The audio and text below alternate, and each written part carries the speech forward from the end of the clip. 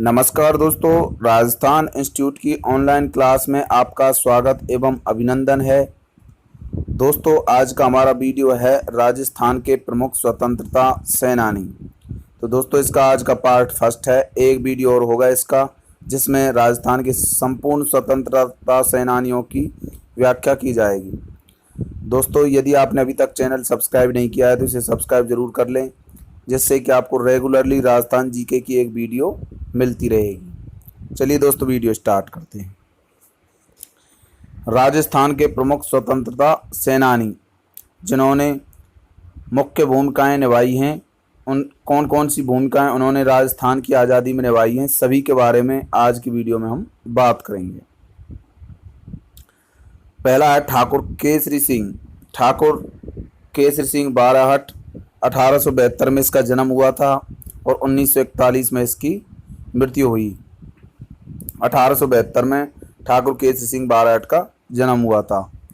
इनका जन्म देवपुर खेड़ा गांव शाहपुरा रियासत में हुआ था। तो देवपुर खेड़ा गांव है शाहपुरा रियासत में, वहां पर ठाकुर केसरी सिंह बाराहट का जन्म हुआ था। इनके पिता का नाम था कृष्ण सिंह बाराहट। कृष्ण सिंह बाराहट ठाकुर केसरी सिंह बाराहट के पिता का नाम था। ये मेवाड़ के महाराणा फतेह सिंह के दरबारी कवि और इतिहासकार थे एवं राजस्थान के प्रसिद्ध क्रांतिकारी के रूप में जाने जाते हैं। तो मेवाड़ के महाराणा फतेह सिंह के दरबारी कवि थे और इतिहासकार थे। ये इटली के राष्ट्रपिता मैजनी को अपना गुरु मानते थे। केसरी सिंह बाराहट इटली के राष्ट्रपिता मैजनी को अपना गुरु मानते थे। ये राजस्थान में सशस्त्र क्रांति के जनक के रूप में जाने जाते हैं। ठाकुर केसरी सिंह बाराहट का संपूर्ण परिवार क्रांतिकारी गतिविधियों में संलग्न था। इसका पूरा परिवार ही क्रांतिकारी था। जैसे कि केसरी सिंह का छोटा भाई था, वो था जोरावर सिंह बाराहट। जोरावर सिंह और उनके पुत्र थे प्रताप सिंह बाराहट। केसरी सिंह छोटे भाई, जोरावर सिंह पुत्र प्रताप सिंह तथा दामाद ईसरदान आसिया भी राजस्थान के प्रसिद्ध क्रांतिकारी के रूप में याद किए जाते हैं। तो ये केसरी सिंह बाराहट का छोटा भाई था जोरावर सिंह बाराहट और पुत्र था प्रताप सिंह बाराहट तथा दामाद थे ईसरदान आसिया। ये सभी राजस्थान के प्रसिद्ध क्रांतिकारी हैं। 1 जनवरी 1903 ईस्वी में केसरी सिंह बाराहट ने मेवाड़ के महाराणा फतेह सिंह को लॉर्ड कर्जन के दिल्ली दरबार में जाने से रोकने के लिए चेतावनी रथ चुंगट्टे नामक कविता लिखकर भेंट की थी। तो केसरी सिंह बाराहट मेवाड़ के महाराणा फतेह सिंह का दरबारी कवि था।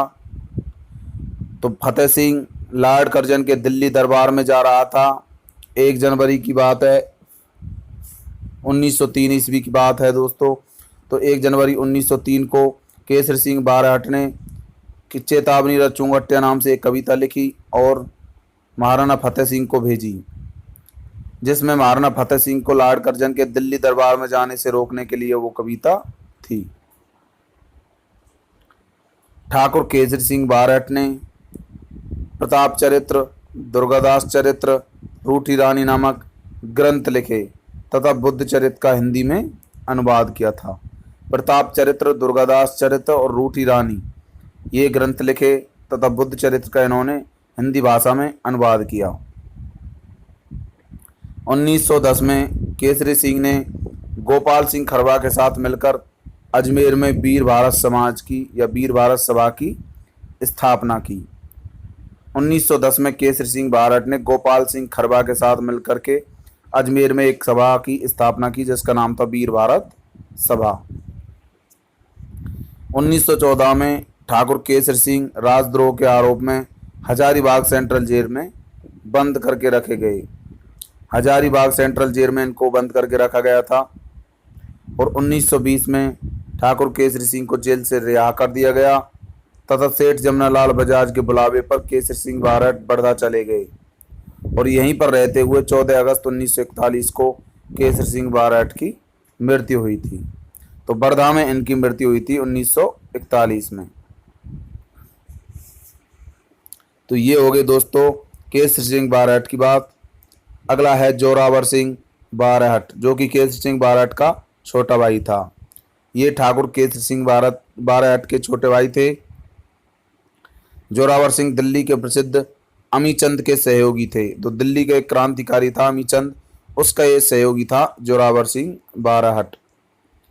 23 दिसंबर 1912 को इन्होंने दिल्ली में लॉर्ड हार्डिंग के जुलूस पर बम फेंका था। 23 दिसंबर 1912 को लॉर्ड हार्डिंग जुलूस निकाल रहा था, उस पर इसने बम फेंका था, जिसमें लॉर्ड हार्डिंग तो बचकर निकल गया, लेकिन उसका अंगरक्षक मारा गया था। जोरावर सिंह आजीवन अंग्रेज पुलिस की पकड़ में नहीं आए, इसलिए इन्हें राजस्थान का आज़ाद कहा जाता है। कभी इनको पुलिस नहीं पकड़ पाई थी, इस वजह से इसे राजस्थान का आज़ाद कहा जाता है। ये अमरदास बैरागी के रूप में वेश बदलकर घूमते थे। तो जोरावर सिंह बारहट ने अपना नाम बदल लिया था, अमरदास बैरागी रख लिया था, उसके रूप में ये वेश बदल के घूमते थे। और 1939 में कोटा में इनकी मृत्यु हो गई थी। उसके बाद है विजय सिंह पथिक, तीसरा प्रसिद्ध क्रांतिकारी, जिनका जन्म 1882 में हुआ और 1954 में इनकी मृत्यु हुई थी। विजय सिंह पथिक, इनका जन्म गुठावली गांव उत्तर प्रदेश में हुआ था और इनका वास्तविक नाम था भूप सिंह। विजय सिंह पथिक का वास्तविक नाम था भूप सिंह और इनकी पत्नी का नाम था श्री जानकी देवी। तो दोस्तों, भूप सिंह नाम से एक बार एग्जाम में क्वेश्चन पूछा जा चुका है, सेकंड ग्रेड में भी एक बार पूछा गया है और लेबर असिस्टेंट भर्ती 2016 में भी ये पूछा गया था। तो विजय सिंह पथिक का वास्तविक नाम है भूप सिंह और इनकी पत्नी का नाम था जानकी देवी। गुठावली गांव उत्तर प्रदेश में इनका जन्म हुआ था। भारत के महान क्रांतिकारी रास बिहारी बोस ने इन्हें राजस्थान में क्रांतिकारी गतिविधियों का संचालन करने के लिए खरबा ठिकाने के ठाकुर गोपाल सिंह खरबा की सहायता के लिए भेजा था। तो रास बिहारी बोस ने इनको गोपाल सिंह खरबा की सहायता के लिए भेजा था राजस्थान में क्रांतिकारी गतिविधियों को संचालन करने के लिए। रास बिहारी बोस ने 21 फरवरी 1915 के दिन देश में क्रांति का प्रारूप बनाया था, परंतु पुलिस की सक्रियता के कारण यह योजना असफल हो गई थी। तो पूरे देश में रास बिहारी क्रांति का प्रारूप बना रहा था, लेकिन पुलिस की वजह से यह योजना असफल हो गई थी। 1915 में अंग्रेज सरकार ने ठाकुर गोपाल सिंह खरबा और भूप सिंह को क्रांति के षड्यंत्र के तहत टोडगढ़ के किले में बंद करके रखा। तो टाटगढ़ के किले में इनको बंद करके रखा गया। भूप सिंह और गोपाल सिंह खरबा दोनों को 1915 में अंग्रेजों ने टाटगढ़ के किले में बंद करके रखा था, लेकिन कुछ समय पश्चात ही भूप सिंह टाटगढ़ के किले से भाग गया था। जेल से भागने के पश्चात इन्होंने अपना नाम बदल लिया विजय सिंह पथिक के रूप में। तो मूल नाम था इसका भूप सिंह, लेकिन जेल से भागने के पश्चात, टोडगढ़ के किले से भागने के पश्चात इन्होंने अपना नाम बदल करके विजय सिंह पथिक रखा था। विजय सिंह पथिक ने हरिभाई किंकर के साथ मिलकर के विद्या प्रचारणी सभा की स्थापना की। विद्या प्रचारणी सभा की स्थापना विजय सिंह पथिक ने हरिभाई किंकर के साथ मिलकर के की थी। 1916 में विजय सिंह पथिक ने बिजौलिया किसान आंदोलन का नेतृत्व स्वीकार किया था। ये डेट आपको याद रखनी है, 1916, जिसमें बिजौलिया किसान आंदोलन का नेतृत्व विजय सिंह पथिक ने लिया। विजय सिंह पथिक राजस्थान में किसान आंदोलनों के जनक माने जाते हैं। तो किसान आंदोलन के जनक विजय सिंह पथिक को राजस्थान में माना जाता है। 1919 में इन्होंने हरिभाई किंकर और रामनारायण चौधरी के साथ मिलकर के वर्धा में राजस्थान सेवा संघ की स्थापना की। तो राजस्थान सेवा संघ की स्थापना वर्धा में की गई 1919 में हरिभाई किंकर और रामनारायण चौधरी के साथ मिलकर। वर्धा महाराष्ट्र में है। 1919 में राजस्थान सेवा संघ को वर्धा से अजमेर में स्थानांतरित कर दिया गया। 1920 में इसको स्थानांतरित किया गया था अजमेर। इन्होंने 1920 में वर्धा से राजस्थान केसरी एवं 1924 में अजमेर से नवीन राजस्थान नामक समाचार पत्र निकाले। तो 1920 में वर्धा से राजस्थान केसरी छपता था और 1924 में अजमेर से नवीन राजस्थान नाम का समाचार पत्र छपता था। इन्होंने अजमेर से नव संदेश और राजस्थान संदेश नामक हिंदी अखबार निकाले। तो ये है दोस्तों विजय सिंह पथिक। इनकी प्रसिद्ध पुस्तक थी what are the Indian state. Vijay Singh Pathik की प्रमुख पुस्तक थी अजयमेरू उपन्यास, पथिक प्रमोद एक कहानी संग्रह। ये इनकी प्रसिद्ध पुस्तकें थी। What are the Indian state, Ajaymeru उपन्यास था, पथिक प्रमोद एक कहानी संग्रह थी। तरुण राजस्थान में ये राष्ट्रीय पथिक के नाम से अपने विचारों को व्यक्त करते हैं। तो तरुण राजस्थान में विजय सिंह पथिक राष्ट्रीय पथिक नाम से अपने विचारों को व्यक्त करते हैं। गांधी जी ने पथिक के बारे में कहा था कि और लोग तो सिर्फ बातें करते हैं परंतु पथिक एक सिपाही की तरह कार्य करता है। ये गांधी जी का कथन था विजय सिंह पथिक के बारे में कि पथिक तो लोग तो सिर्फ बातें करते हैं लेकिन पथिक एक सिपाही की तरह कार्य करता है। 28 मई 1954 को विजय सिंह पथिक की मृत्यु हो गई थी। अगला क्रांतिकारी है अर्जुन लाल सेठी। 1880 में जन्म हुआ था, 1945 में इसकी मृत्यु हो गई थी। अर्जुन लाल सेठी का जन्म जयपुर में हुआ था।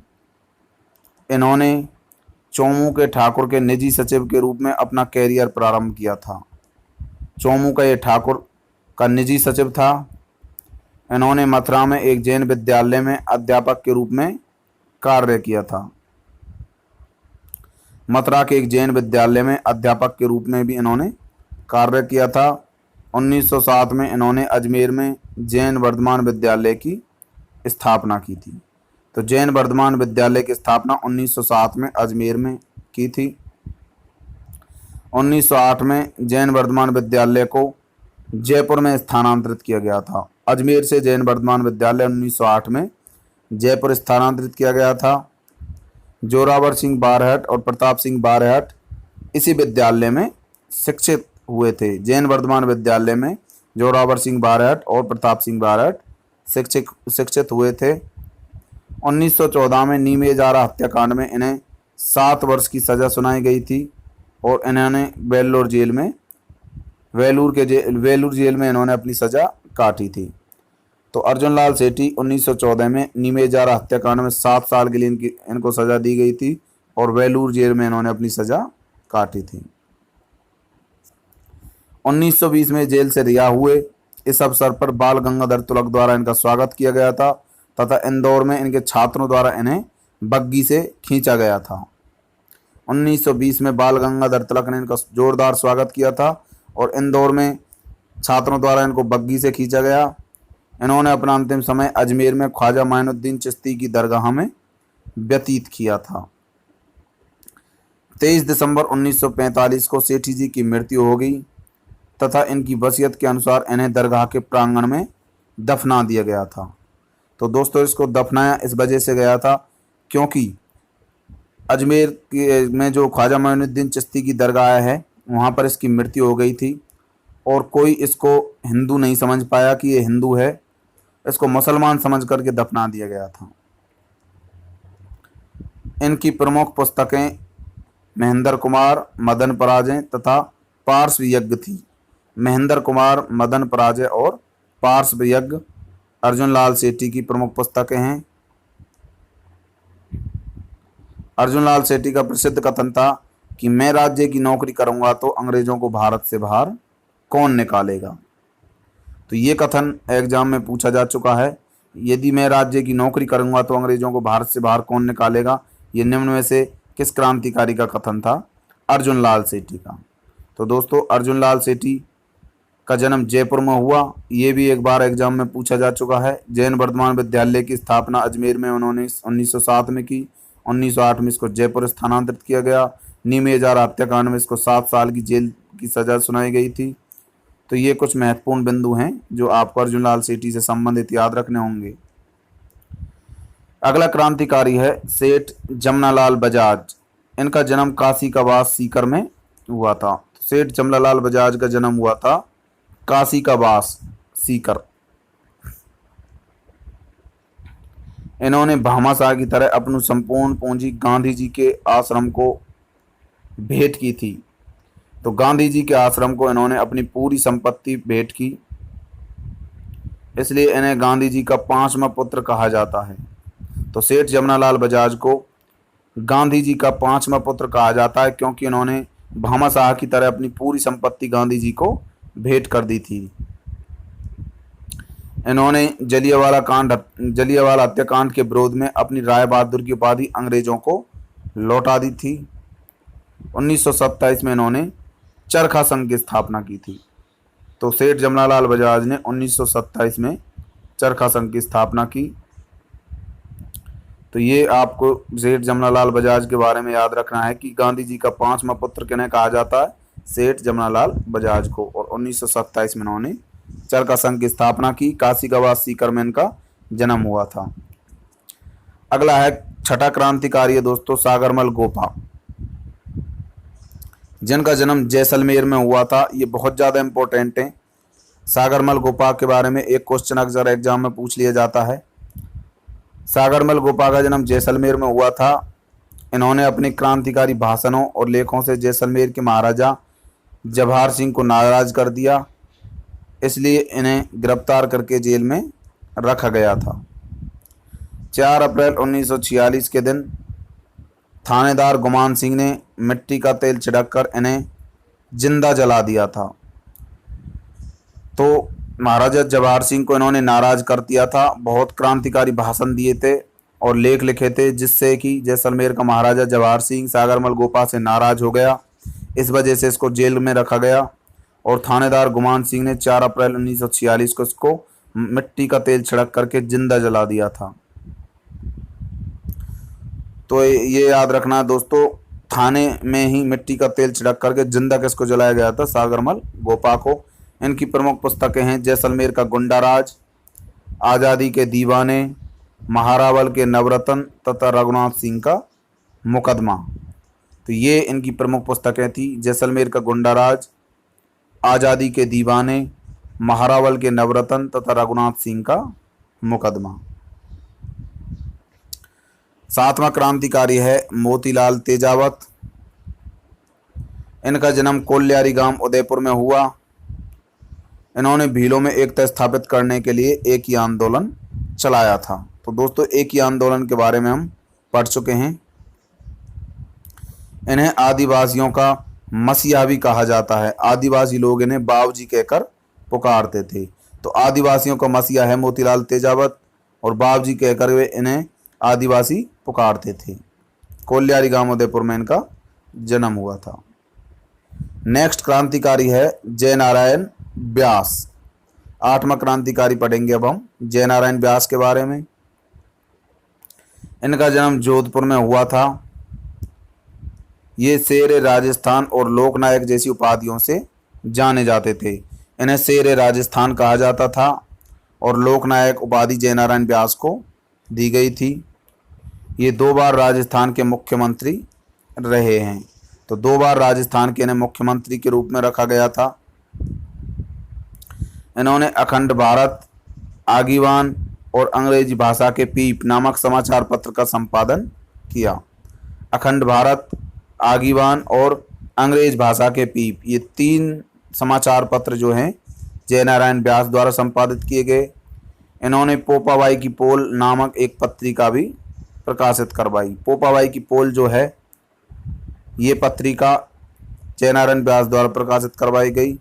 इन्होंने मारवाड़ में उत्तरदायी शासन नाम की एक पुस्तक लिखी। तो इन्होंने मारवाड़ में उत्तरदायी शासन नामक पुस्तक लिखी थी। तो दोस्तों जयनारायण व्यास, जिन्हें शेर राजस्थान और लोकनायक जैसी उपाधियां दी जाती हैं, जोधपुर में इनका जन्म हुआ। ये 2 बार राजस्थान के मुख्यमंत्री रह चुके हैं। अखंड भारत, आगीवान तथा अंग्रेजी भाषा के पीप नाम से इन्होंने पुस्तक लिखी है। इन्होंने पोपाबाई की पोल नाम से एक पत्रिका प्रकाशित करवाई तथा मारवाड़ में उत्तरदायी शासन नामक पुस्तक लिखी थी। अगला क्रांतिकारी है माणिक्यलाल वर्मा। इनका जन्म बिजौलिया गांव में हुआ था।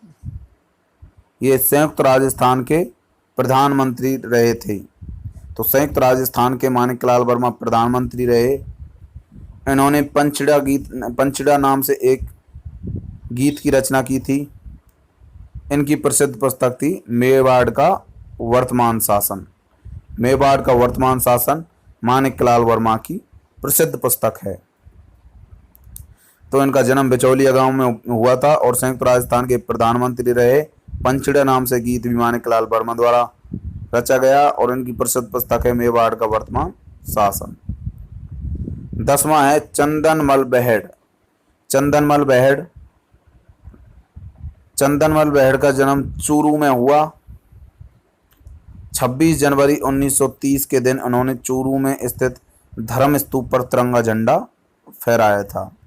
तो चूरू में धर्म स्तूप है, उस पर तिरंगा झंडा 26 जनवरी 1903 को चंदनमल बेहड़ द्वारा फहराया गया था। और द्वितीय गोलमेज सम्मेलन 1931 के दौरान इन्होंने बीकानेर राज्य प्रशासन के आतंक और अत्याचारों का कच्चा चिट्ठा जनता के सामने उजागर किया था। तो बीकानेर राज्य प्रशासन के आतंक और अत्याचार जो कर रहे थे, बीकानेर राज्य प्रशासन द्वारा जो अत्याचार किए जा रहे थे, उन सभी के बारे में जनता को इन्होंने द्वितीय गोलमेज सम्मेलन के दौरान उजागर कर दिया। चूरू में चंदनमल बेहड़ का जन्म हुआ था। तो दोस्तों आज का पार्ट फर्स्ट कंप्लीट हो चुका है। अगले दिन हम पार्ट सेकंड लेकर आने वाले हैं। ये वीडियो आपको पसंद आई हो तो इसे लाइक ज़रूर करें और चैनल को सब्सक्राइब करना ना भूलें, जिससे कि आपको राजस्थान हिस्ट्री कंप्लीट करने के बाद जल्द से जल्द कला संस्कृति और भूगोल भी आपको पढ़ाई जाए। धन्यवाद दोस्तों।